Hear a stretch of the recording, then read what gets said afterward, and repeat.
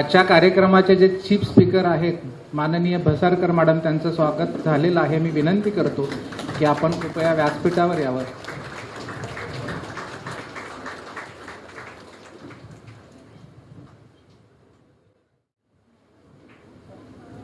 Thank you ma'am. Mahendra Gaikwad sir, MCT, आपण देखील व्यासपीठावर यावं. नमस्कार. नमस्कार. मी कन्फ्यूज झालो, मला वाटलं मराठी हिंदी कोणाला कळतच नाही, फक्त इंग्लिशमध्ये बोलावं लागतंय की काय. Thank God. मंडळी, विधी फाउंडेशन आयोजित विधिबंध ठाणे या woman empowerment lecture series 1 and lecture 2 या कार्यक्रमात मी ॲडव्होकेट राज नलगे आपणा सगळ्यांचं मनापासून स्वागत करतो. पहिल्यांदा थँक्यू. या टाळ्या पहिल्यांदा आपल्या सगळ्यांसाठी जोरदार वाजवा. प्रत्येकाला स्वतःसाठी टाळी वाजवायचे, त्याच्यामुळे किती जोरात वाजवताय ते बघूया आपण. स्वतःसाठी टाळे, कोणासाठी नाहीये. Thank you very much. आजच्या कार्यक्रमामध्ये आजच्या आपल्या कार्यक्रमाच्या ज्या मुख्य वक्ता आहेत माननीय भसारकर मॅडम, सिव्हिल जज junior division and JMFC Thane, यांचं स्वागत संघटनेचे अध्यक्ष संजय म्हात्रे साहेब यांनी करावं असे मी त्यांना विनंती करतो. सन्मान चिन्ह आणि पुष्पगुच्छ.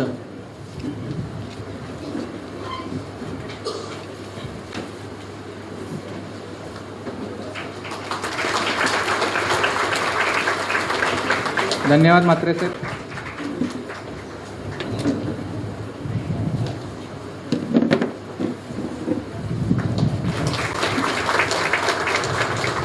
धन्यवाद मॅडम.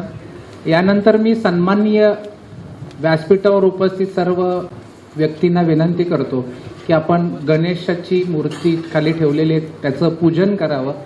हार अर्पण करून आपण कार्यक्रमाला सुरुवात करायची. वक्रतुंड महाकाय सूर्यकोटी समप्रभ निर्विघ्नं कुरु मे देव सर्वकार्येषु सर्वदा. नमस्कार. आपल्यापैकी कित्येक जण या कार्यक्रमाला कदाचित पहिल्यांदा हजर असतील, इन्क्लुडिंग आपले आजचे चीफ गेस्ट भसारकर मॅडम. त्यामुळे ज्या संस्थेने हा कार्यक्रम आयोजित केलेला आहे त्या संस्थेबद्दल थोडक्यात माहिती सांगणं फार महत्त्वाचं आहे. विधी फाउंडेशन ही संस्था 13 एप्रिल 2005 साली ठाण्यातील आम्ही काही वकील मित्रांनी एकत्रित येऊन स्थापन केलेली नोंदणीकृत सामाजिक संस्था आहे. या संस्थेचा जो उद्देश आहे तो कायद्याचा प्रचार आणि प्रसार करणं हा आहे बेसिक. त्याच्यामुळे गेल्या अनेक वर्षात, साधारणपणे 18 वर्षामध्ये आम्ही विविध लेक्चर्स घेतलेले आहेत, विविध कार्यक्रम घेतलेले आहेत. अगदी आदिवासी भागात जाऊन आदिवासींकरता कार्यक्रम घेतलेले आहेत. आदिवासी शाळांमध्ये जाऊन शालेय उपयोगी वस्तूंचं आम्ही वाटप नियमितपणे करतो.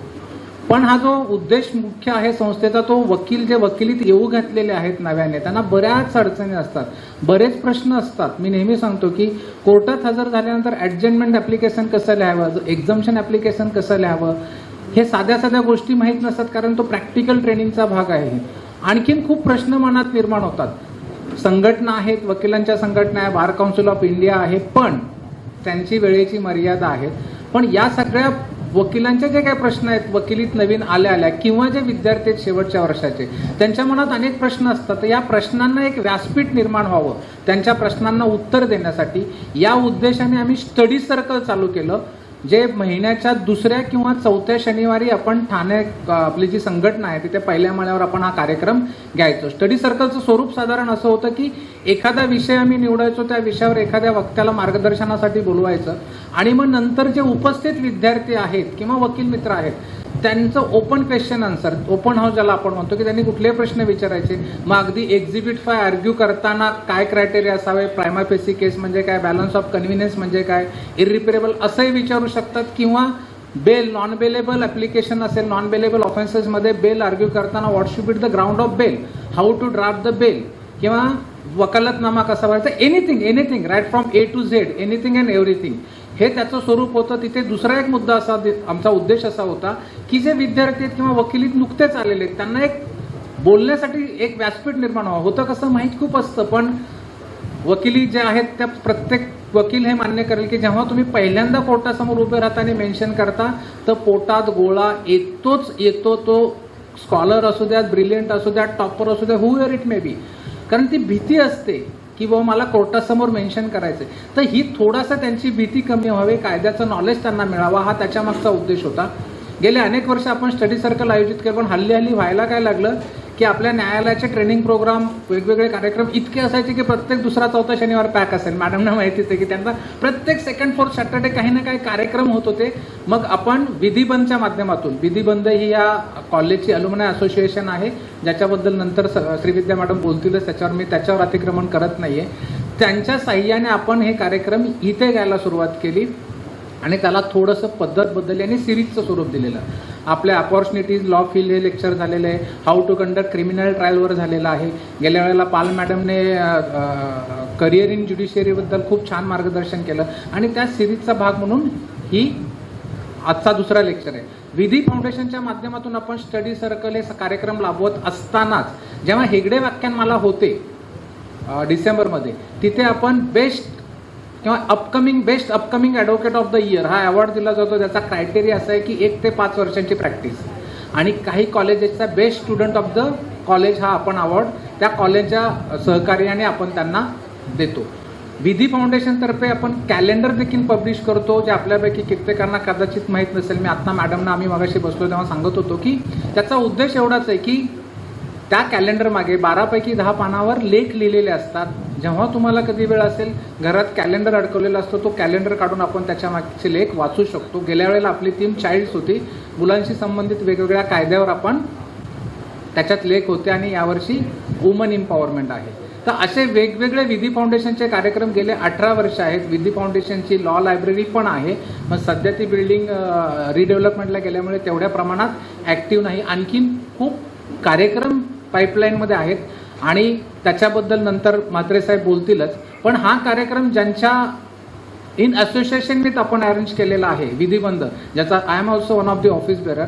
I would like to request Shrividya madam to guide us or enlighten us on the certain programmes of Vidhibandh. 2 स्वागत आणि सत्कार राहिलेले आहेत आणि ते काय राहिले असतील ते संपूर्ण जबाबदारी, संपूर्ण ओनस माझा आहे. तर मी पाटील साहेबांना विनंती करतो की आपण श्रीविद्या मॅडमचं स्वागत आणि सत्कार. नाही वही बोल रहा exactly that what I am saying.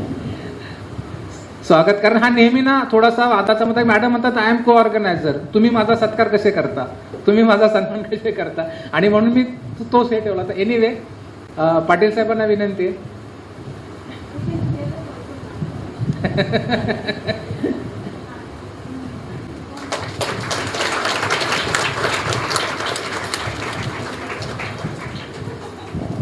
आणखीन पुढचं नाव मी घेणार आहे तिथे पण तसाच विषय होणार आहे. मी मॅडमना विनंती करतो की त्यांनी महेंद्र गायकवाड यांचं स्वागत आणि सत्कार करावा. थँक्यू.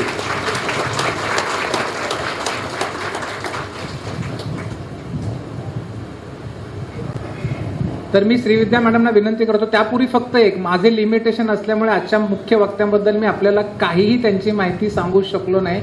पण तुमच्या सहज लक्षात येईल कित्येक विद्यार्थी PLEs म्हणून त्या कोर्टात गेलेले आहेत. आम्ही वकील तर नेहमी अटेंड करतो, आम्हाला माहितच आहे मॅडमचं काम करण्याची पद्धत किती छान आहे, किती क्लिअरिटी ऑफ थॉट्स आणि किती छान पद्धतीने कोर्ट कंडक्ट करतात. पेंडन्सी आवडत नाही, इमिजिएट ऑर्डर असतात, शक्यतो त्याच दिवशी असतात. पण माझे लिमिटेशन आहे, त्यामुळे बाकी त्यांच्या कुठल्याच गोष्टीबद्दल मला बोलता येणार नाही आता. पण तुम्ही फार उत्सुक आहात हे जाणवतंय आणि तुमची उत्सुकता नक्कीच योग्य हे तुम्हाला त्या जेव्हा उभ्या राहतील आणि मार्गदर्शन केलं तेव्हा नक्की कळेल. मी श्रीविद्या मॅडमना विनंती करतो की कृपया आपण आम्हाला मार्गदर्शन करावं विधिबंधबद्दल. Thank you.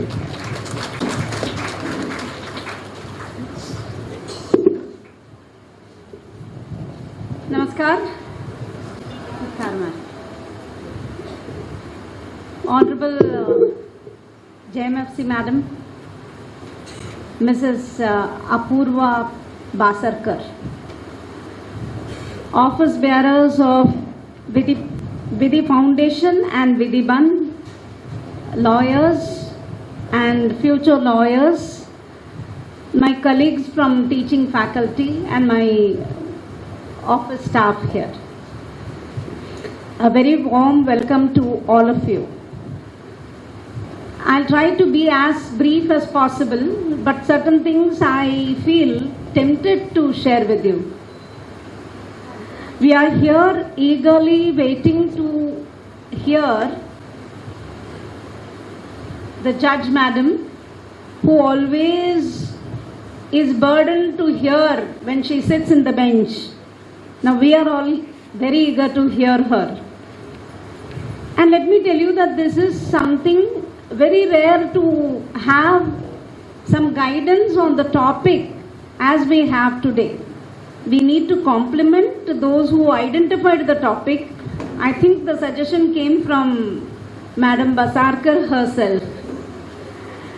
What is the topic? What are the expectations from the bench? What are the values which advocates should have? What are the skills which advocates should have? There are volumes of books. But a judge to come here and share on behalf of the bench what will be the expectations from the advocates. And these expectations are towards the final fulfillment of the function of judiciary. We know that lawyers are the officers of the court, and it is very crucial to have their efficient performance in the administration of justice. So on this very valuable perspective, on behalf of the judges, I see Madam Apurva Basarkar is going to speak. It's not very easy for a judge to openly speak. There's a lot of protocol. But still, with the earnest and fervent wish that the lawyer community should be living up to the standards, she has consented to be here and speak on this topic. Thank you very much, madam. Now, one more thing which I would like to tell is many of the students, our Viva is going on for the final year students. Many of our students said, after seeing the board here, ma'am, we learnt a lot from madam's court. They are visiting the courts. Final year students have to visit the courts and also do internships. So many of the students who got an opportunity to be in her court said that they learnt a lot. That doesn't come always. So I was very happy to know that. And two students even said, madam, we changed the perspective which we had about courts. Courts मतलब तारीख के पीछे तारीख और time लगेगा, ऐसा हमारा perspective था, वो ये चेंज हो गया, वो कोर्ट में हमारा अनुभव ऐसा होता बोला. So it is Indeed very happy to see her, and we are going to hear her. Thank you, madam. Now, I am an honorary member of Vidhi Bandh, which is the alumni association of this college. Vidya Pracharak Mandal established this law college in 1972. The opening day was 15th June. And so we have completed 52 years. And our college was the first college in the whole of Mumbai University to be assessed and accredited by NAC in 2004. Now our second cycle is on. Soon the peer team will be visiting us. Thank you. I take this as your best wishes for the upcoming peer team visit, which is the last step in the accreditation process. We have 70 plus law colleges under the Mumbai University. And we will become the first college to undergo the second cycle of NAC. That is certainly a very daunting, a challenging task, but we dared to give ourselves to this compulsory requirement as well. In 2019, on 10th August to be precise, our college's Alumni Association was established. So the first term of 5 years is getting over, and the president is Mr. Paranspe. He is not able to come. He is not here today. He has recently undergone an eye surgery. And as Vice President, we have Madam Sunita Kaprekar. She is to join us soon. And as usual in the Executive Committee, we have 15 members. We have Raj Nalge sir as the secretary and Mrs. Sanjay Matre as the treasurer. So even before, in 2005 when the Vidhi Foundation was established, even though it was not established as a formal alumni association of the college, almost all the members and the persons who initiated the Vidhi Foundation were students of this college. So I always used to think Vidhi Foundation also as a alumni association of this college. So we are happy to have two alumni associations in the place of one, and the office bearers are almost the same.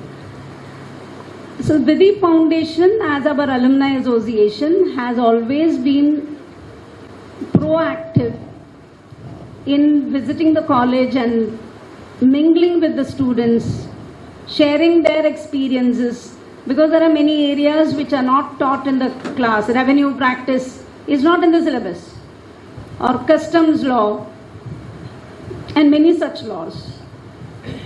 So we have our past students coming and sharing their experiences with our current students, and this rapport is very important. Not only based on the purpose and the functions that it serves, but even because UGC and National Assessment and Accreditation Council require such a rapport in every college. Alumni Association and its contribution in the college activities is something looked as an important happening in every college by UGC. So that way we are very fortunate. Vidhi Foundation and along with Vidhi, like many of its programs, has arranged today's program as well. When we talk about women empowerment, I am recalling what I read in today's newspaper. Our Honorable Chief Justice of India was addressing in, I think, Hindustan Times program. He was asked, why don't we see many women and persons from marginalized groups in the High Court and Supreme Court judges? It's reported in today's paper. And for that he said, from the pool where we select these judges, there are not enough women. We should see that women come to that pool in large numbers so that there can be selection. And it is absolutely true.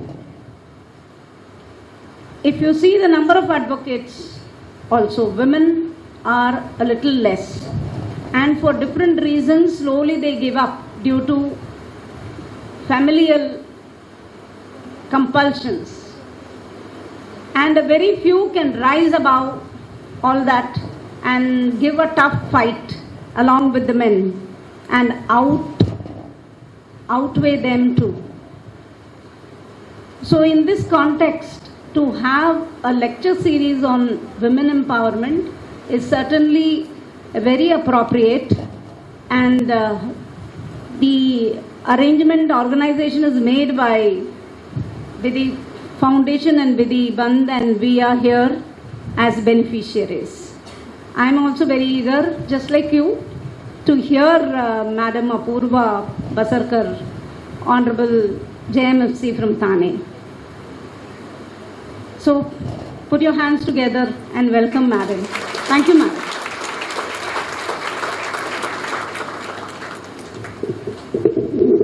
Thank you very much, ma'am. As you rightly said, the subject itself suggests the interest, and being an advocate, we are much aware regarding the importance of this particular subject, that is the expectation of bench from the advocates that is from bar. यानंतर मी विनंती करतो विधी फाउंडेशनचे अध्यक्ष संजय म्हात्रे साहेब की आपण विधी फाउंडेशनबद्दल आपलं मनोगत व्यक्त करावं. मला वाटतं टाळ्या वाजवल्या तरी काही अडचण आणि हरकत नाही आहे. थँक्यू. नमस्कार. विधी फाउंडेशनबद्दल बरीचशी माहिती माझे मित्र राज नलगे यांनी ऑलरेडी दिलेली आहे, त्यामुळे मी विशेष काही ती माहिती सांगत नाही. यापूर्वीचे आणि पुढे येणारे कार्यक्रम जे आम्ही काही आयोजित करू इच्छितो त्याबद्दल थोडंफार तुम्हाला सांगू इच्छितो. पहिली गोष्ट म्हणजे आम्ही यापूर्वी जी लेक्चर्स आयोजित केली त्यातील काही लेक्चर्सपैकी मागच्या वेळेस एक लेक्चर झालं नाही, बरेचसे आपले चेहरे मला ओळखीचे दिसत आहेत की त्यांनी ऑपॉर्च्युनिटीज इन ज्युडिशियल करिअरमध्ये जे लेक्चर झालं होतं पाल मॅडमचं, आणि मी म्हटलं होतं की त्या एवढ्या मोठ्या हॉलमध्ये भरलेल्या लोकांपैकी जरी 25 लोक जरी ज्युडिशरीकडे वळली तरी ह्या कार्यक्रमाचं यश असेल. आणि मला वाटतं त्या अनुषंगाने विचार सुरू झाला असावा. आज आपण एक वेगळा विषय घेऊन आलो आहे की जेव्हा आपण वकील म्हणून कोर्टात उभे राहतो त्यावेळेस वागणं कसं असायला हवं, कोर्टासमोर तुम्ही कशा पद्धतीने सबमिशन्स केली पाहिजेत, कोर्टाच्या आपल्याकडून काय अपेक्षा आहेत. कारण डेकोरम कोर्टाचा मेंटेन होणं हे सगळ्यात महत्त्वाचं आहे. आणि आपण वकील म्हणून आपण पाळला तर पक्षकार पाळटी, आपणच नाही पाळला तर पक्षकार पाळणार नाही. आणि जेव्हा इम्पर्सन म्हणजे स्वतः पक्षकार येतात तेव्हा वकिलांची, समोरच्या वकिलाची आणि खुद्द न्यायालयाची पण अडचण होते. तर आपण त्या अनुषंगाने योग्य पद्धतीने कोर्टासमोर हजर राहावं. कारण आज ना उद्या आपण वकील होणार आहात, अतिशय चांगले यशस्वी वकील होणार, याबद्दल मला काहीच शंका नाही. कारण सुट्टीच्या दिवशी जो माणूस येतोय इंटरेस्ट घेऊन आणि लेक्चर ऐकतोय तो नक्कीच भविष्यात काहीतरी करू शकेल असं मला वाटतं. मागच्या वेळेस मी बोललो होतो की आमचं आणखीन एक प्रयत्न चालू आहे, तो म्हणजे जजमेंट रायटिंग कॉम्पिटिशन तुमच्यासाठी अरेंज करायची. थोडंसं पोस्टपोन होतं आहे, काही आमचे जे सहकारी आहेत ज्यांनी हे सगळं तयार केलं होतं त्यांचे कुटुंबात थोडंसं हे झाल्यामुळे ते थोडं पोस्टपोन झाले. पण मला वाटतं ह्या वर्षीच्या तुमच्या ह्याच्यात आम्ही नक्कीच ते जजमेंट रायटिंग कॉम्पिटिशन घेऊ आणि त्यात तुम्ही सहभागी व्हा. एक एक्सपिरियन्स म्हणून तरी नक्कीच एक चांगला एक्सपिरियन्स असेल तो. तसंच 17 डिसेंबर रोजी आम्ही हेगडे व्याख्यानमाला आयोजित केलेली आहे आणि प्रयत्न आमचा आहे की माननीय सन्माननीय न्यायमूर्ती असतील उच्च न्यायालयातल्या, तर अशा कार्यक्रमांना येणं अतिशय गरजेचं आहे. कारण आपण ज्या फील्डला येतोय पहिली गोष्ट म्हणजे पेशन्स हा शिकायला हवा आणि तो इथूनच सुरू होतो. कारण जेव्हा तुम्ही क्लायंटची माहिती घेता तेव्हा सगळ्यात जास्त पेशन्स लागतात. आणि कोर्टात जेव्हा तुम्ही सबमिशन करताय, समोरच्या पार्टीचं आर्ग्युमेंट ऐकता, काही वकील मध्ये मध्ये उठतात आणि मध्येच ऑब्जेक्शन घेतात, तर थोडंसं टाळलं पाहिजे. ह्या सर्व गोष्टी आहेत त्या आपण प्रयत्न करतो आम्ही की तुम्हाला जेवढं मदत करता येईल, सहकार्य करता येईल आणि तुमच्या भविष्यातल्या वकिलीच्या दृष्टीने काही अधिक तुम्हाला सहकार्य करता येईल अशा पद्धतीचं कार्यक्रम यापुढे पण राबवले जाणार आहेत. 25 नोव्हेंबर रोजी एक असंच लेक्चर आपण आयोजित केलेलं आहे. लेक्चरचा विषय आहे ancient era to new era, legal and social status of women. या विषयावर आपल्या ठाणे कोर्टातीलच फॅमिली कोर्टाच्या जज आहेत कंक मॅडम म्हणून, त्या देणार आहेत. त्यानंतर ठाण्यातील एक नामांकित वकील आहेत आगाशे म्हणून, त्यांचं एक लेक्चर आपण आयोजित करतोय की हाऊ टू प्रूव्ह डॉक्युमेंट्स. सगळ्यात महत्त्वाचा विषय आहे की जेव्हा आपण कोर्टात केस चालवतो त्यावेळेस ज्या केसमध्ये आपण भांडतोय, ज्या गोष्टीसाठी भांडतोय, तीच जर आपण योग्य पद्धतीने मांडू शकलो नाही तर त्याचा उपयोग होणार नाही केस चालवण्याचा. त्यामुळे सगळ्यात महत्त्वाचा भाग असतो की साक्षी पुरावे, आणि त्यातल्या साक्षीमध्ये सुद्धा तुम्ही तुमचा साक्ष कशी देताय, आणि विशेष करून जेव्हा सिव्हिल मॅटर्स चालतात तेव्हा साक्षी पुराव्यांमध्ये डॉक्युमेंट्स तुम्ही कशी कोर्टासमोर आणताय, सिद्ध करताय, त्याच्यात सेकंडरी एव्हिडन्स असतो, काही प्रायमरी एव्हिडन्स असतो. म्हणजे मूळ डॉक्युमेंट जर आलं तर ते प्रायमरी एव्हिडन्समध्ये जाईल, तर त्याचं झेरॉक्स सर्टिफाईड आली तर आपण ते सेकंडरीमध्ये जाईल. पण हे काय मी शिकवायला आलेलं नाही आणि तुम्ही माझं काय मला ऐकण्यासाठी नक्कीच नाही आलेलं आहे. त्यामुळे मी जास्त काही बोलत नाही. आपण सगळेच भसारकर मॅडमना ऐकण्यासाठी आलेलो आहोत आणि मला वाटतं आपण त्यांनाच ऐकूया. आपण मला ऐकताना मला असं दिसलं की काही ठिकाणी काही खुर्च्यांवरनं अजूनही बॅगा आहेत वकिलांच्या, तर त्या आपले अजून काही मित्र फ्रेंड्स येत आहेत, त्यांच्यासाठी आपण त्या खुर्च्या तिथल्या बॅगा रिकामी कराव्यात. त्यांच्यासाठी त्या नसतील तर चांगलं होईल, आपल्याला त्यांना अधिक लोकांना बसवता येईल. नाही तर प्रॅक्टिस द्यायची ती आत्ता नको आपण देऊया, उभं राहण्याची ती नंतर भविष्यात देऊया. तर एवढं बोलून मी माझे 2 शब्द संपवतो. आणि मॅडम आपण आलात, आमच्या ह्याला मान देऊन आभार तर करतीलच आमचे पाटील साहेब, पण तरीसुद्धा एक माझं कर्तव्य आहे त्यामुळे अध्यक्ष या नात्याने की आपण आलात. आणि त्यामुळे हा कार्यक्रम जो भरलेला वाटतोय तो आपल्यामुळे, आमच्यामुळे नाही. दुसरी गोष्ट म्हणजे ह्या सर्व कार्यक्रम आम्ही आयोजित करत असताना आम्हाला नेहमीच आमच्या प्राचार्या श्री विद्या मॅडम यांचं सहकार्य असतं आणि त्यांच्या सहकार्याशिवाय आम्ही हे कार्यक्रम करू शकत नाही. त्यामुळे त्यांच्याबद्दल आपण टाळ्या वाजवाव्यात. आणि महत्त्वाची गोष्ट म्हणजे टाळ्या वाजवल्या तर एक आपलं काय म्हणतात ॲक्युप्रेशरचा प्रकार आहे, त्यामुळे जितक्या टाळ्या जास्त वाजवाल तेवढा तुम्हाला चांगला व्यायाम होईल. आणि म्हणून मॅडमचं लेक्चर ऐकताना तुमचा ॲक्युप्रेशरचा संपूर्ण वापर करावा एवढंच सांगून माझे 2 शब्द संपवतो. धन्यवाद म्हात्रे सर. आपली उत्सुकता मला आणखीन ताणायची नाही आहे. फक्त एक मुद्दा म्हात्रे साहेब सांगत होते त्याच्या अनुषंगाने आठवला म्हणून सांगतोय. आत्ताच 27 ऑक्टोबरला ओरिएंटल लॉ कॉलेज ऑफ जे आहे नवी मुंबईचं, तिथे state level mute court competition झाली होती. त्या म्यूट कोर्ट कॉम्पिटिशनचं वैशिष्ट्य असं होतं की it was a trial court moot court. Generally moot कोर्टमध्ये तुम्हाला केस लॉ दिले जातात, you argued the matter and the जजेस decide, the panel decides who have argued the better way. But this was the trial court wherein being a judge we have to be recorded the actual evidence. Examination चीक record करायची, नंतर cross examination record करायची होती. आणि त्यांची requirement अशी होती की त्यांना ॲट अ टाइम 20 जजेस पाहिजे होते. All are senior advocates. Requirement was all should be senior advocate because record करायची होती. एवढं मोठं टास्क जे झालं साध्य ते फक्त विधीमुळे झालं, कारण आम्ही सगळ्यांची कम्युनिकेट करून जो आपला मोठा परिवार आहे विधीचा, आणि त्या अनुषंगाने तिथे ती कॉम्पिटिशन अत्यंत चांगल्या पद्धतीने पार पडली. सांगण्याचा मुद्दा एवढाच आहे की लिगल फील्डमध्ये जिथे जिथे शक्य आहे तिथे तिथे विधी फाउंडेशन हे काम करत असते. आणि आता ज्यासाठी आपण सगळे रविवार आपला वाया घालवून म्हणा किंवा सार्थकी, वाया घालवणं फार चुकीचा शब्द होईल, कारण जे इथे आले ते सार्थकी लावण्यासाठी आलेले ते आपल्याला आता पुढचे जे आपले वक्ते आहेत त्यांच्या मनोगतानंतर कळेल. त्यांच्या मनोगतानंतर ओपन हाऊस आहे. मी अगोदरच सांगतो, पुन्हा एकदा अपील करेन, आपले जे क्वेश्चन्स असतील नंतर it should be practical questions, no assumption, no presumption. जर असं असतं तर काय झालं असतं, not. First. Second thing, no personal questions. माझं मॅटर पेंडिंग आहे, पेंडिंग मॅटरबद्दल बिईंग अ प्रिसाइडिंग ऑफिसर ते काही बोलू शकणार नाहीत, प्रश्न घेता येणार नाही. उगाच आपण उभे राहून विचारला नंतर मी नाही म्हणेन, त्याच्यापेक्षा काही गोष्टींची प्रिकॉशन आपण अगोदर घ्या.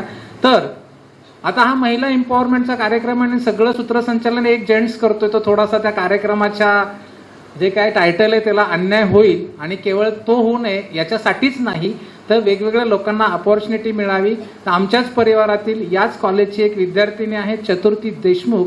I would like to invite her to introduce our today's chief guest, I mean chief speaker. Chaturthi Deshmukh, please जरा टाळ्या वाजवल्या तरी चालेल. Thank you so much, sir, for giving me this opportunity. First of all, a very pleasant morning and a warm welcome to our guest speaker for today, Srimati Apurva Bhasaskar, Madam. A big round of applause for her. And a warm welcome to all the dignitaries and one and all present here. My name is Chaturthi Deshmukh and it is an extreme privilege and an honor to introduce our distinguished guest speaker for today's Women Empower series event, Srimati A.S. Bhasarkar, a prominent figure in the field of law and an exemplary role model for aspiring legal professionals. I, as women, would like to tell you that we feel extremely inspired and empowered to see women in this field reaching these heights of success. More about her. Born on September 8, 1989 in Nagpur, Srimati A.S. Bhasarkar has consistently demonstrated excellence in her academic and professional journey. She embarked on her legal education by completing a 5-year LLB program at Nagpur University, where her dedication and commitment earned her the coveted University Gold Medal. Throughout her LLB journey, she actively participated in moot court competitions, client counseling competitions, and debates, emerging victorious and owning her legal skills. Determined to further her legal knowledge and expertise, Srimati Bhasarkar pursued her LLM in business laws from the prestigious National Law School in Bangalore. Graduating in 2014, during her LLM, she interned at various prominent law firms and had the unique opportunity to work for 2 months at the Honorable Supreme Court of India under the mentorship of the former Chief Justice of India, Honorable Shri Justice T.S. Thakur. These experiences exposed her to the highest level of legal practice and instilled in her a deep understandings and intricacies of the legal profession. Srimati A.S. Bhasarkar's academic pursuits did not stop there. She furthered her scholarly endeavors by earning a PhD degree in law from Nagpur University. Her research focused on the critically important subject of the constitutional law and human rights mandate governing the rights of women. With a special emphasis on the rights of widows of farmers, research work not only reflects her dedication to the cause of justice but also demonstrates her commitment to addressing the pressing issues that affect our society, particularly vulnerable segments like the widowed woman. With her unwavering dedication to the principles of justice and the right of marginalized communities, Srimati A.S. Bhasarkar embarked on a career in the judiciary. She assumed the role of a civil judge, junior division, and judicial magistrate first class on October 26, 2015. Throughout her journey, she has served in various stations including Wardha, Chalisgaon, Belapur at Navi Mumbai, and her current role in Thane.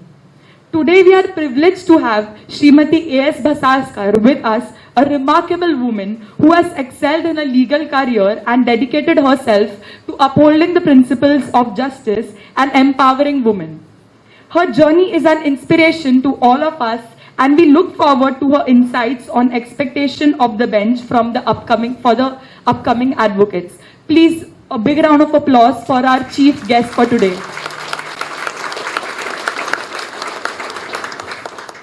Very good morning to one and all. Thank you, Vidhi Foundation, Principal Madam, for inviting me here and to address you. How many of you have heard me before?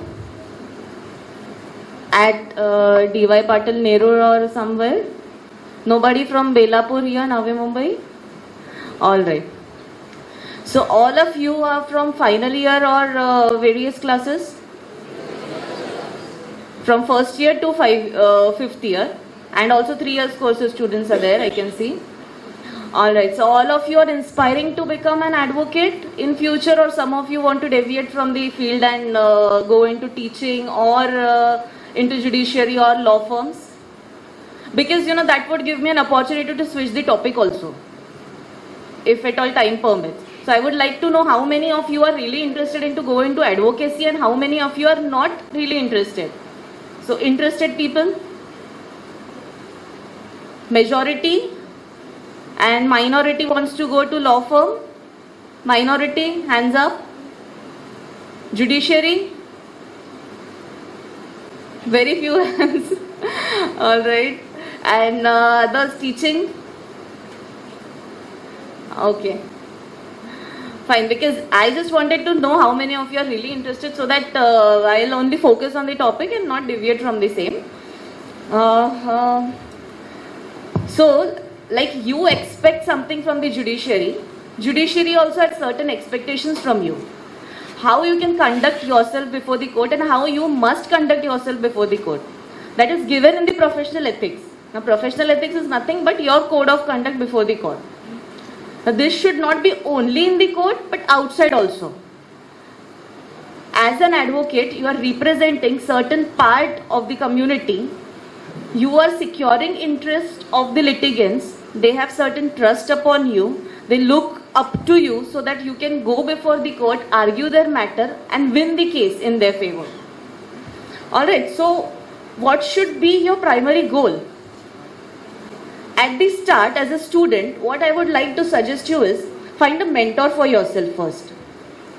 A mentor would be any senior who is a practicing lawyer in the court if you wish to practice at the court. Now, what that mentor will give you is, he will give you time. He will give you knowledge. You can see how he conducts himself in the court. You can see his mannerisms in the court.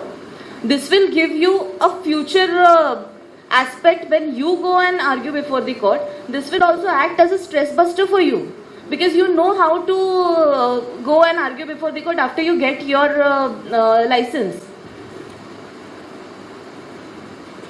Then, as a student, you must always focus upon your classroom method. What I mean to say is, you have so many subjects at hand, but application of those subjects needs to be studied here.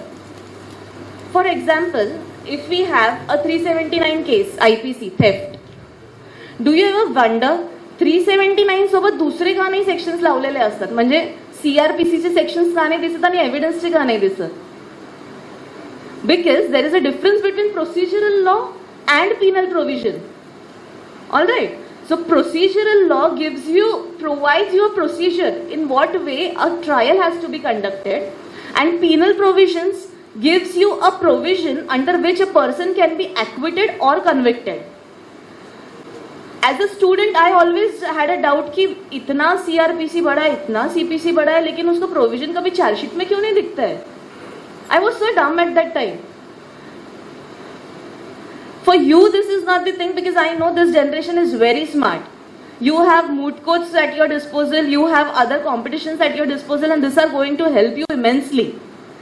But at the grassroots level, you have to differentiate between the laws. Which are criminal law, which are civil laws. Why are they both on different footings? Now there must be an intention of the legislature to bring those two laws on a different state. Now there are certain offences which are also criminal, which are also civil. Isn't it? If you're taking money from somebody, there is also a recovery suit. There can also be a 420 case. There can also be a 138 case if the check bounces. So one case has different arenas to look into. But which would be your fittest thing? You need not multiply the cases. That will eventually burden the court. It would be good on your pocket, but not on the court. Alright. So what you have to see is, give suggestions to a client in such a way that it would benefit to them. Do not give any wrong suggestion just to lure the client or to attract money from him or to just tell him कि ठीक है हम ये भी कर सकते हैं, ये भी कर सकते हैं, ये भी कर सकते हैं. What happens is sometimes, I would be very frank here, कोई केस अगर सिविल बनती होगी फिर भी कोर्ट फी बचाने के लिए 156(3) भी दाखिल किया जाता है. ठीक है? Then what happens is, after certain period of time when the case comes before the court will tell you, no, this is a civil dispute, you should go before the civil court, not before the criminal court. Now what happens here is, your 6 to 7 months are already lost. Now the period of limitation starts running. Already the client has come late towards you. Then you have filed this case, and then also the limitation is running only, no? So you're not helping the client in any way. You are actually, increasing his burden by filing a condonation of delay application and then filing the main suit. If that delay application is allowed, only then. There are many words in the law which are used interchangeably, or you can say that they are loosely used. For example, in CRPC, we have informant and we have complainant. Now what is the difference between both of them? Anybody?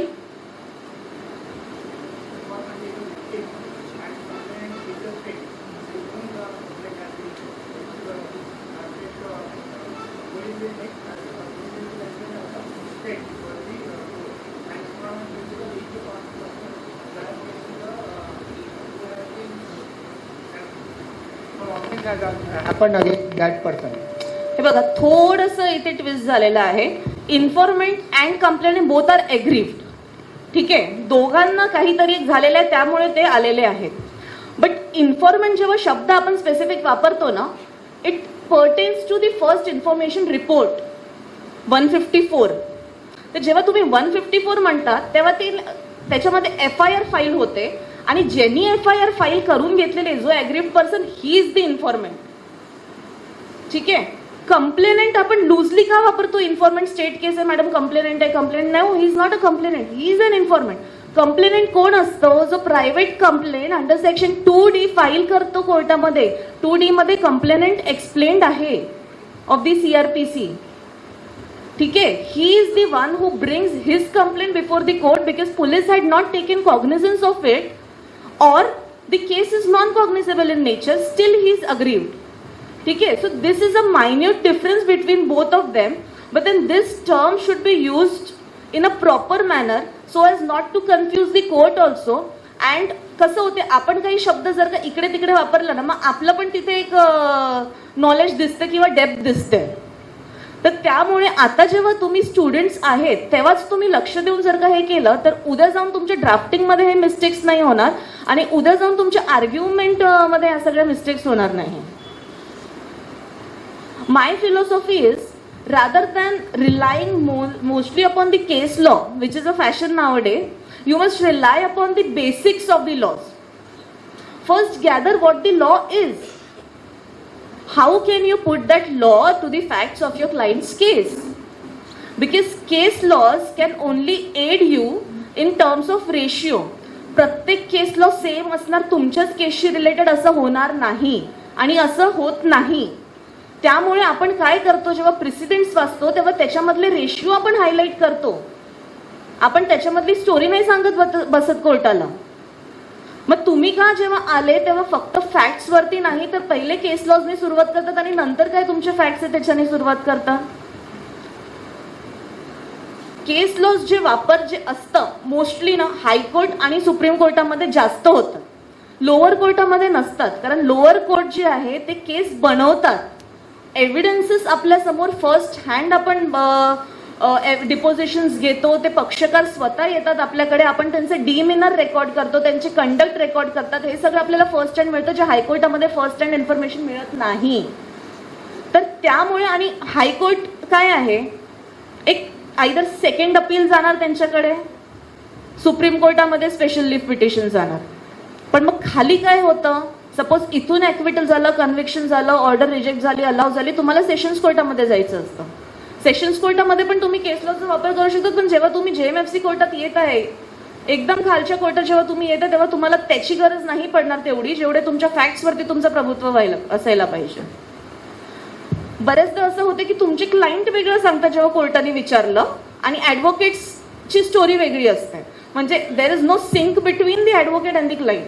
Now this should not happen.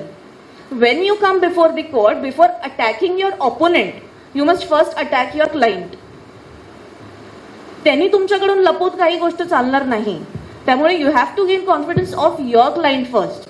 त्यांनी जर का तुम्हाला अर्धी गोष्ट सांगितली नाही आणि ह्याच क्वेरीज जर का कोर्टाच्या असल्या, तुम्ही काय म्हणाल, madam I need a adjournment, I need to take instruction from my client. But why should this happen, why do you need an adjournment for this thing? तुम्ही ऑलरेडी तुमच्या क्लायंट सोबत बोलून आलेले, तुम्ही ऑलरेडी त्यांचं ब्रीफ तयार केलेलं आहे ना. याचा अर्थ तुमच्या क्लायंटने तुमच्याकडून काहीतरी लपवलेलं आहे, त्यामुळे तुम्ही कोर्टासमोर ते आणू शकलेले नाही. आय वुड नॉट से की this is a deliberate attempt from your side to hide certain things. You have to tackle your client in your own way so that the truth comes before you and then you can put up that truth before the court. It is your duty to assist the court and not to confuse the court. ठीक आहे, कारण म्हणतात if you cannot convince, confuse. ठीक आहे, तर तुम्हाला इथे confuse नाही करायचंय कोर्टाला. कोर्ट जर का कन्फ्यूज झाला ना, मग तारखावर तारखा पडतात. तुम्हाला कन्व्हिन्स करायची तुमची केस स्ट्रॉंग कशी आहे, तुमचे फॅक्ट्स कसे आहेत त्या लॉला ऍप्लिकेबल, तुमच्या केसमध्ये का तुम्हाला 156(3) ची गरज आहे, का पोलीसवाले तुमचे कॉग्निझन्स घेत नाही म्हणून तुम्ही कोर्टासमोर आलेले आहे. या सगळ्या गोष्टी तुम्हाला प्रूव्ह करणे गरजेचे आहे. डॉक्युमेंट्स असतात ज्याच्यावर तुम्हाला रिलाय करायचे असतात. ते डॉक्युमेंट्स ॲज सर सेड की तुम्हाला प्रूव्हिंग ऑफ डॉक्युमेंट्स नंतर शिकवणार, but prima facie which document should be included there. कोणते डॉक्युमेंट तुम्ही शो करायला पाहिजे कोर्टाला to make your case strong, this should be known to you. And this would be known to you if you have a good mentor. He will teach you what should be done. If a judge is good, he will tell you from the dais, असं पाहिजे तसं पाहिजे, हे आणा ते आणा. You have to take opportunity from the thing. सुरुवातीला तुम्हाला स्वतःचं स्टाईल नसणार आर्ग्यू करायचं किंवा केस प्रेझेंट करायची. इव्हन तुम्हाला तुमच्या क्लायंटला काय सांगायचे, सजेशन्स कसे द्यायचे, त्याची पण तुमची स्टाईल डेव्हलप झालेली नसणार. आणि ऑफकोर्स कारण तुम्ही आता एक यंग एज मधून निघत आहे, जस्ट कॉलेज पास आउट आहे तुम्ही, it's not expected from you also. त्यासाठी तुम्हाला काय करायचंय, पहिले कोर्टात या, बसा, 10 वकिलांना बघा ते कसे कंडक्ट करत आहेत ट्रायल्स. प्रत्येकाचे चांगले गुण उचला, प्रत्येकामध्ये काही ना काही तुम्हाला चांगलं मिळेल, अडॉप्ट करा आणि नंतर एक आपली स्टाईल क्रिएट करा. जेव्हा तुम्ही तुमची स्टाईल बनवाल ना, तेव्हा ते तुमच्यासाठी युनिक असणार. Now this will give you confidence.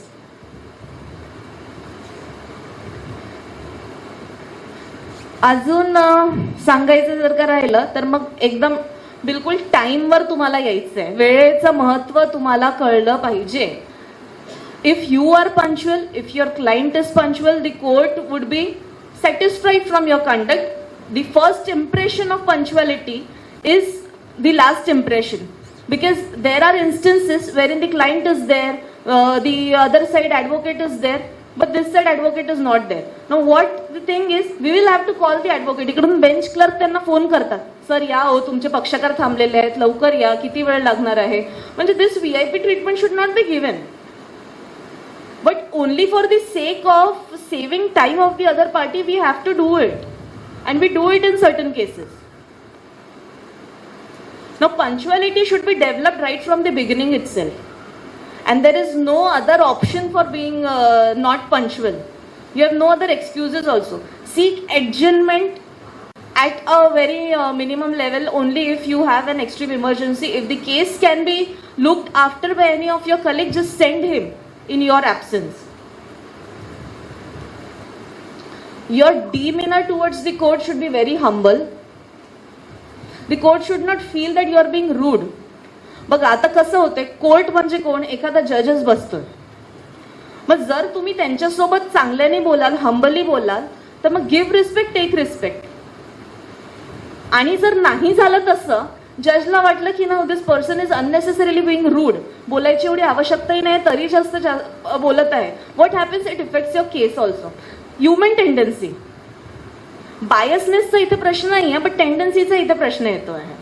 तिची वेव्हलेंथ असते ना एक बार आणि बेंच मधली, ती तशीच कायम ठेवायची. जर आपण चांगले असले तर आपल्या सोबत जो बिहेवियर असणार आहे समोरच्यांचा तो चांगलाच असणार. बी humble. If you don't know ना, डोंट ट्राय टू ब्लफ. वेगळं काही नका बोलू, नाही माहिती, सॉरी, टेक एन ऍडजस्टमेंट, जज विल गिव्ह यू ऍडजस्टमेंट. ठीक आहे, काहीतरी एक स्टोरी बनवून आणायची नाही. या सगळ्या ज्या गोष्टी मी तुम्हाला सांगत आहे हे नवीन नाहीये तुमच्यासाठी, या सगळ्या तुम्हाला ऑलरेडी माहिती आहे. प्रोफेशनल एथिक्समध्ये दिलेलं आहे, ॲडव्होकेट्स ॲक्टमध्ये दिलेले आहेत. या सगळ्या तुमच्या ड्युटीज काय असायला पाहिजे towards the court, towards your client, towards the society, towards your bar council. But कसं असतं ना, आपण बरे आहोत आपल्याला माहिती आहे, डॉक्टरकडे गेलो, डॉक्टरनी म्हटलं तुम्ही बरे आहेत तर कसं छान वाटतं, है ना. तसंच कोर्टाचं आहे. आता मी इकडे आलेली आहे, मी तुम्हाला एक्सपेक्टेशन आमच्या काय तुमच्याकडून ते जर का सांगितलं, त्याचा इम्पॅक्ट थोडा वेगळा पडतो. परत मी येते केस लॉज वरती. केस लॉज तुम्हाला कधी वापरायचे? आजकाल खूप फॅट झालेलं आहे की आपण 1-2 केस लॉज वाचतो आणि मग इंटरनेटवरती रिसर्च जास्त वाढल्यामुळे काय झालेलं आहे की अननेसेसरी ज्या गोष्टी आहेत which are not exactly in the procedure of law, that are also adopted by the persons. Now this should be avoided. Your facts, the case which you are putting should be brief. It should include everything. ठीक आहे, मी असं नाही म्हणते brief करायचं आहे, एकदम short तुम्हाला करायचं आहे म्हणजे तुम्ही इम्पॉर्टंट गोष्टीच वगळून टाकायच्या नाही, पण अवॉइड रिपिटेशन. त्यांनी काय होतं, कोर्ट इज ऑलरेडी ओव्हरबर्डन. तुमची जर का ब्रीफ प्रिसाईज अँड स्मॉल असली ना, कोर्टाला लगेचच वाचायला होतं, लगेचच वाचलं की लगेच ऑर्डर करता येतं. पण तेच जर का तुम्ही बल्की पेजेस एवढा मोठा जर का तुमचं केसेस तुम्ही मांडलेला आहे, तर कोर्ट काय म्हणणार, मला वाचायला वेळ लागेल, त्यामुळे तुम्ही एक तारीख घ्या. परत पुढच्या तारखेला कोर्ट बिझी असलं तर परत एक तारीख मिळणार. त्यासाठी काय होतं की मग पेंडन्सी वाढत जाते आणि मग तुम्हाला वाटतं की कोर्ट आमच्या केसकडे बघत नाही. अरे पण तुम्ही तर बघा, तुम्ही किती मोठं ब्रीफ घेऊन आलेले आहेत. मग ते 10-15 मिनिटांमध्ये कोर्ट पण काय करणार, आणि तुमच्यासारखे बरेचसे लोक उभेच असतात ना कोर्टाच्या बाहेर. It is your duty you know to conduct yourself properly in the court with your colleagues, with your clients. Colleague सोबत पण तुम्ही रायव्हल आहेत केसमध्ये, पण मग कसंही बोलायचं, काहीही बोलायचं हे अपेक्षित नाही. You are a professional person, behave like a profession. तुमच्या क्लायंट सोबत, ऑपोजिट जेंडरच्या क्लायंट सोबत खूप लवीडवी होण्यात पण काही गरज नाही, होण्याची पण काही गरज नाहीये. ठीक आहे, because otherwise a different meaning is drawn from the same. Like I will always tell you, you are into professional course, behave like a professionals. Fees जेव्हा तुम्ही कोर्ट करता तुमच्या क्लायंट्सला, तेव्हा पहिल्याच दिवशी सांगून द्यायचं ना, कोर्ट केसचा निकाल लागल्यानंतर मग मी 20%, 30% त्याच्यावरती घेणार, असं का? याच्यामुळे काय होते, कंप्लेंट्स वाढतात.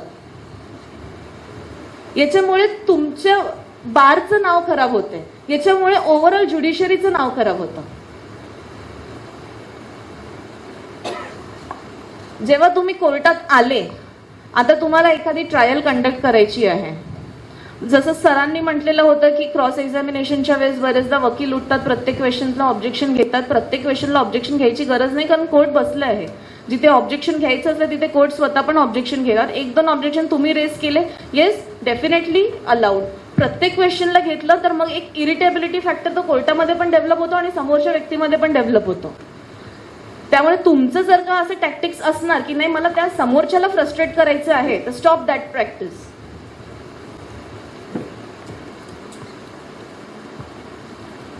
For every trial you must be thorough with your case. Very thorough. Thorough not in the sense of the facts, but your brief should be such. It should be properly paginated. When you take court from one case, from one page to another page, it should be a very smooth transition. ठीक आहे, तुम्ही मला 100व्या पेजवरून तुम्ही मला 325व्या पेजवरती नेत आहे, मला त्याच्यासाठी त्रास नाही झाला पाहिजे. वकील साहेब कुठे आहे, की तुम्ही पेज नंबर नाही दिला, तुम्ही टॅग नाही लावलेला आहे, तुम्ही हायलाईट नाही केलेलं आहे, असं नको. तुमची ब्रीफ जे तुमच्या कस्टडीमध्ये आहे, सिमिलर कोर्टाचं पण तुम्हाला तेवढंच चांगल्याने रेडी करायचं. तुम्ही मग चांगले एकदम रेडी होऊन आले, एकदम पॉलिश्ड लँग्वेज तुमची आणि खूप चांगलं आर्ग्युमेंट करता, अरे पण कोर्टाला जे डॉक्युमेंट्स दाखवायचे ते दिसतच नाहीये ना, काय अर्थ? मग मी तिथे तुम्हाला येऊन म्हणणार की चला आता पेज नंबरिंग करा, त्याच्यामध्ये किती वेळ वाया जाणार? आणि मग तुम्हाला एकच कोर्ट नसतं ना, अनेक कोर्ट तुम्हाला बघायचे असतात तेवढ्याच वेळ. त्यामुळे जेव्हा तुम्ही फायलिंगच करतात त्यावेळेसच तुम्ही हे बघायचं की आपले प्रॉपरली पेजिनेटेड आणि प्रॉपरली टॅग्ड आहेत की नाही.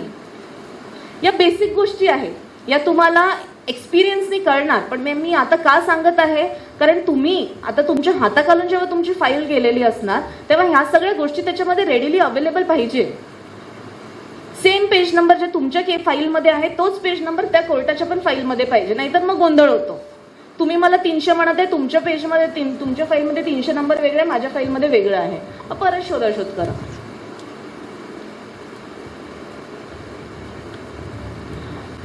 आपण जेव्हा लँग्वेज वापरतो that should also be within the confinement of law.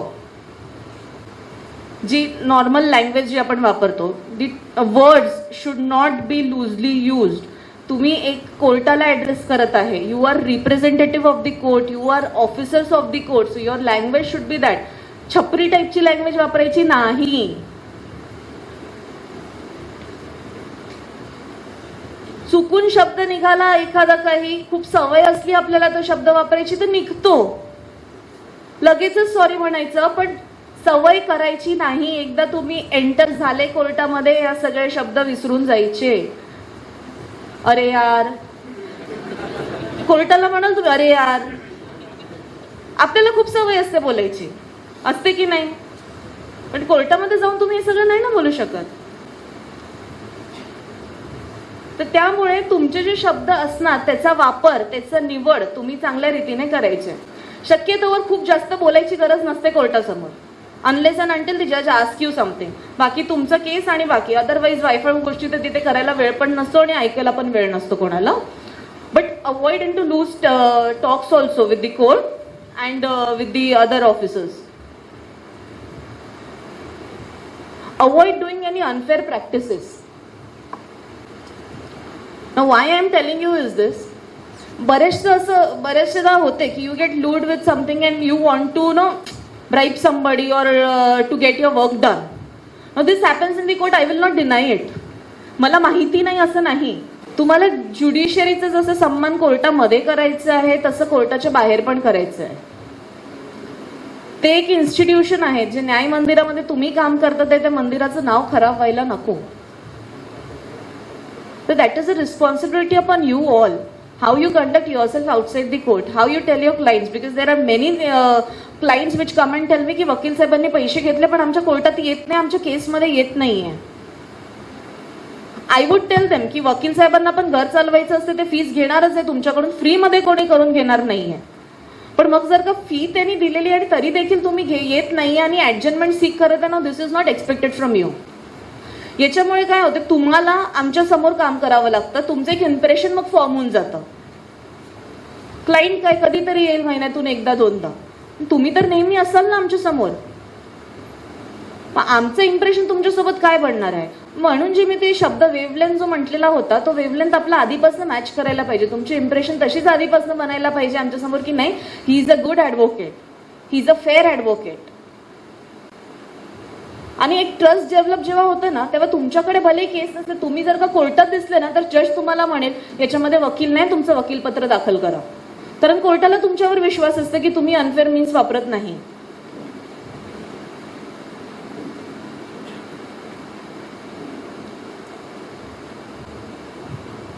अजून तुम्हाला काय गोष्टी अशा माझ्याकडून जाणून घ्यायच्या आहेत त्या मी सांगते, अदरवाईज मग थोडंसं मग आपण दुसरं काही तुम्हाला विषय पाहिजे असतील. कारण हे जे मी तुम्हाला सांगत आहे हे रुटीनली सांगत आहे, जे मी माझ्याकडून अपेक्षित आहे आणि अदरवाईज पण ऑल जजेस कम्युनिटीकडून म्हणजे तुमच्याकडून हेच अपेक्षा त्यांना असणार की तुम्ही कशा पद्धतीचं वागणूक कोर्टामध्ये करणार. आता इथे बसून ऐकायला काही नाही वाटत, पण जेव्हा तुम्ही प्रत्यक्षात कोर्टामध्ये जातात तेव्हा थोडी भीती असते. जसं सरांनी म्हटलं पोटात गोळा येतो. हे सगळं टाळण्यासाठी तुम्ही जर का 4th इयर फायनल इयर मध्ये आहे तर आधीपासून कोर्टात येणं सुरुवात करा. बेसिक तुम्हाला गोष्टी कळतील की सर्टिफाईड कॉपी कुठून काढायची असते, सर्टिफाईड कॉपीचा अर्ज कसा बनवायचा असतो, त्याच्यामध्ये काय लिहायचे असते. Of course you cannot sign because you don't have a licence to sign, but then you know how to draft it. One more thing which is very very important which I forgot to tell you is, तुमचे जे अर्ज असतात ना सवय लावा हाताने बनवायचे. आजकाल कसं झालंय रेडीमेड फॉर्मॅट बनलेले आहेत, तर त्यामुळे आपण काय करतो कॉपी पेस्ट करतो, नाव बदलतो, प्रिंट काढतो, साईन करतो आणि देऊन टाकतो. पण मग तेच जर का मी तुम्हाला म्हटलं बसून बनवा तर तुम्हाला येत नाही, तुम्ही अटर्नीकडे जाऊन बनवून आणतात का. साध्या गोष्ट आहे, ऍडजस्टमेंट तुम्हाला पाहिजे. काय रिझन असायला पाहिजे ऍडजस्टमेंटचं, एखाद्याची तब्येत बरी नाही, वकील साहेब कुठेतरी गेलेले आहेत किंवा कोणाच्या घरी काही अनफॉर्च्युनेट इन्सिडेंट झालेला आहे त्यामुळे तुम्ही ऍडजस्टमेंट सीक करते. काय मोठं लागतं त्याच्यासाठी. आणि तुम्ही वकील आहेत ना, ड्राफ्टिंग तुमची स्किल आहे, का नाही तुम्ही स्वतः ड्राफ्ट करत. बेलापूरमध्ये असताना जेव्हा माझ्याकडे ज्युनियर वकील यायचे आणि प्रिंटेड फॉर्म मध्ये आणायची, मी घ्यायची नाही, त्यांना म्हणायची बसा सेम तेच छापा पण द्या मला. त्यांनी काय होते तुम्हाला लिहायची सवय पडते, लिहायची सवय तुमची झाली, तेच अर्ज तुम्ही वारंवार लिहित गेले ना ऑटोमॅटिकली फ्लो करतं. मग ते आता वरच्या कोर्टामध्ये तुम्ही हाताने अर्ज लिहून देऊ शकत नाही, त्यामुळे खालच्या कोर्टामध्ये हाताने अर्ज लिहायचा फायदा उचला. तुम्ही आता जर का शिकले नाही तर तुम्ही वर जाऊन पण शिकणार नाही. आणि प्रॅक्टिस जेव्हा सुरू करायची नावापुढे हायकोर्ट ऍडव्होकेट वगैरे बरं वाटतं बोलायला, पण मग तुम्हाला लोअर कोर्टाची जर का स्ट्रॅटेजीज माहिती नाही आहेत आणि फंक्शनिंग माहिती नाही, तुम्ही हायकोर्टमध्ये जाऊन खूप चांगलं कराल असं पण नाही. पण जसं मी म्हटलेलं आहे, केसेस जे आहेत ते खालच्या कोर्टात तयार होतात, त्याच्यानंतर ते वरच्या कोर्टात जातात. त्यामुळे तुम्हाला जर का केसेस प्रत्यक्षात तयार करायचे आहे तर पहिले खालच्या कोर्टामध्ये प्रॅक्टिस करणं गरजेचं आहे. कारण बरेचसे ऍडव्होकेट जे हायकोर्टातून येतात त्यांना खालच्या केसेसची खालच्या कोर्टातल्या प्रोसिडिंग्स माहिती नसतात. त्यांना मग लोकल ऍडव्होकेटची हेल्प घ्यावी लागते आणि त्याच्यानंतर मग ते कोर्टात येतात. का? कारण त्यांनी लोअर कोर्टामध्ये प्रॅक्टिस केलेली नसते. पण मग तुम्ही ऍज अ स्टुडंट, तुम्हाला आता भरपूर वेळ पण आहे, त्यामुळे 2-3 वर्ष, समजा हायकोर्टाचं पण तुमचं स्वप्न असेल तरी सुरुवातीचे जे तुमचे एज आहेत, जे सुरुवातीचे वर्ष आहेत ते लोअर कोर्टामध्येच प्रॅक्टिस करा. त्याच्यामध्ये तुम्हाला प्रोसिजर बरोबर कळणार, तुम्हाला evidence act, CRPC, CPC, IPC याचं सगळ्याचं फर्स्ट हँड नॉलेज तुम्हाला खालीच मिळणार. कारण वरच्या कोर्टामध्ये केस तयार झाल्यानंतर तुम्हाला अपियर व्हावं लागणार आहे.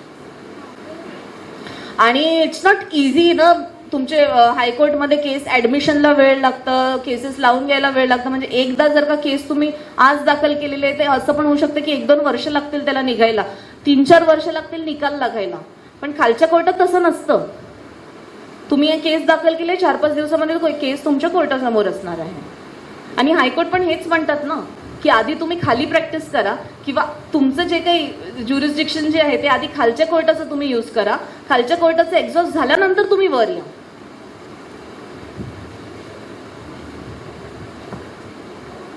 Like we have certain expectations from you, you also must be having certain expectations from the judiciary. I understand. Now, if some of you are aspiring judiciary candidates, now what could be your expectation? What could be the public's expectation from you is, you have to be fast in giving the result. Fast in the sense, एकदम haste मध्ये तुम्हाला करायचं नाही की ज्याच्यामुळे justice hurried is justice buried, असं तुम्हाला करायचं नाही. This is only for the person who are wanting to be a future judge. ठीक है? तो your orders should be good, they should be understandable, they should be in a language which a layman can understand. Dictionary घेऊन बसायची आवश्यकता पडायला नको. ठीक आहे? खूप सारे ऍडजस्टमेंट्स देणं टाळा. शक्यतोवर त्याच दिवशी ऑर्डर करा. नसेल जमत तर मग सांगून द्या, आज करणार, नाही जमणार तर मग पुढच्या तारखेला फारतं. पण म्हणते पुढच्या तारखेला करा ऑर्डर. पक्षकार तुमच्याकडे एका आशेने येतं. आणि मग काय होतंय, जे वकील आपल्या समोर प्रॅक्टिस करतात, आपण समजा कोर्टाने समजा ऍडजस्टमेंट दिलेलं आहे तर इम्प्रेशन कोणाचं खराब होतं? वकिलांचं पण खराब होतं की माझे वकील काम नाही करत म्हणून कोर्ट ऑर्डर करत नाही, माझ्या वकिलांनी आर्ग्यू केलेलं नसणार म्हणून कोर्ट काम करत नाहीये. ठीक आहे? तर ऍज अ जज also and as a advocate also you have to be fast in your decision making. ठीक आहे? Always be humble. This is for everybody. Always be humble. When you are sitting on the chair, on the judge's chair, you have to be strict. तुम्ही सगळ्यांशी गोडगोड बोलून चालणार नाही, कारण मग लोक सगळे बोलायला येतील तुमच्यासोबत आणि तुमचा वेळ मग वाया जाईल. You have to be strict, but then at the same time you shouldn't be rude. कोणाची इगो हर्ट कामं होता नाही. ठीक आहे? मी डायसवरून बोलले काही, पण एखाद्या वकील साहेबांना ते चुकीचं वाटलं, ठीक आहे, असं होतं कामा नाही. कारण काय होते, प्रत्येकाला प्रत्येकाची इगो असते. मग कोणीही असो, तो आपल्याला कोणी काही बोललं तर कसं वाईट वाटतं, तसं आपली पण वागणूक तशीच पाहिजे की आपले शब्द कोणाला टोचायला नको. आणि ते शब्द नेहमी लक्षात असतात. मी ऍज अ जज कशी होती ते लक्षात नसणार त्यांना, माझे ऑर्डर्स कसे होते ते त्यांना लक्षात नसणार, मी ऍज अ पर्सन त्यांना कशी ट्रीट केली हे नेहमी त्यांना लक्षात राहणार. तर त्यामुळे तुमचं कंडक्ट पण तसंच व्हायला पाहिजे. एक वकिलाचा क्लायंट जर का खुश होऊन गेला ना, तो क्लायंट त्याला 10 क्लायंट्स आणून देणार. तर त्यामुळे तुमचं कर्तव्य तुमच्या क्लायंटकडे कसं असायला पाहिजे, तुमचं काम आहे त्याला एंटरटेन करणं. आजकालचे क्लायंट्स खूप इरिटेट करतात, आय अंडरस्टँड. दरवेळेस अर्ध्या तासानंतर फोन करून म्हणतील, पण मग कसं आहे, तुम्ही त्यांचं तुम्ही त्यांच्याकडून वकालत पत्र कोर्टामध्ये दाखल केलेलं आहे. Now it is your duty to handle the tantrums of your client also. त्याचे काहीतरी डाऊट्स असतात. आपल्याला जसं वाटतं ना की आपले डाऊट्स डॉक्टरांनी क्लिअर करायला पाहिजे, तसंच क्लायंटला वाटतं की त्याचे डाऊट्स वकिलांनी पण क्लिअर करायला पाहिजे. तर मग अशा वेळेस तुमचं किती चांगलं कन्व्हिन्सिंग स्किल आहे आणि तुम्ही कसं टाइम मॅनेजमेंट करतात हे तुमच्यावरती आता सोडलेलं आहे. That all depends upon you. पण मग हा जर का याचा निकाल चांगला लागला, लवकर लागला आणि तुम्ही त्याला फेअर ॲडवाईस दिली की बाबा बघ तुझ्या केसमध्ये होण्यासारखं याच्यात होईल, नसेल होण्यासारखं तसंही आधीच सांगा. ऍटलिस्ट त्याला हे तरी माहिती असणार की वकील साहेब ही इज नॉट फुलिंग मी. असंच हे तुमचं वर्ड ऑफ माउथनीच एक जे क्लायंट्स असतात ना, क्लायंट बेस तुमचे तसेच तयार होतात. तुम्हाला आत्ता जे एक्सपोजर्स मिळत आहेत, moot court competition, client counselling competition वगैरे, त्याचा खूप फायदा घ्या. इथे तुमचं जे कॉन्फिडन्स डेव्हलप होतं ना, मग ते रिअल कोर्टमध्ये जाऊन तुम्ही वापरू शकता. आपल्याला असं वाटतं काय करायचं मूट कोर्ट कॉम्पिटिशन, नंतर करू ना आपण कोर्टात जाऊन. पण मग मूट कोर्टमध्ये कसं होतंय, इथे जे जजेस बसतात ते तुम्हाला ट्रिकी क्वेश्चन्स विचारतील. तिथे तुमचे अदर साइड ऍडव्होकेट जे असणार ते आर्ग्युमेंट करतील, तुम्हाला त्यांना रिबट करायचंय, सर रिबटल असतं. या सगळ्या ज्या गोष्टी असतात ना, या तुम्ही आता इथे शिकतात, तिथे तुम्ही जाऊन इम्प्लिमेंट करतात कोर्टात. So this is a learning stage and that is the implementation stage. अजून तुम्हाला काय जाणून घ्यायचं आहे? मला जसं जसं लक्षात येतं मी तसं तसं सांगेल तुम्हाला. पण मग आता मला असं वाटतं की आय हॅव कवर्ड इनफ. तरी देखील काही लक्षात आलं तर मी सांगते. पण meanwhile you can ask me if you want to. थांबू इकडे? नाही पण मग अजून वेगळं काही सांगण्यासारखं नाही. जे काही होतं मी तुम्हाला माझे पर्सनल एक्सपिरियन्सेस शेअर केलेले आहेत. आता हे एक्सपिरियन्सेस उगाच रिपिटेटिव्ह व्हायला नको, त्यामुळे मग I am being brief here. Otherwise काही तुम्हाला विचारायचं असेल तर please you are free to ask. I will be taking my seat and then you can put up the questions to me.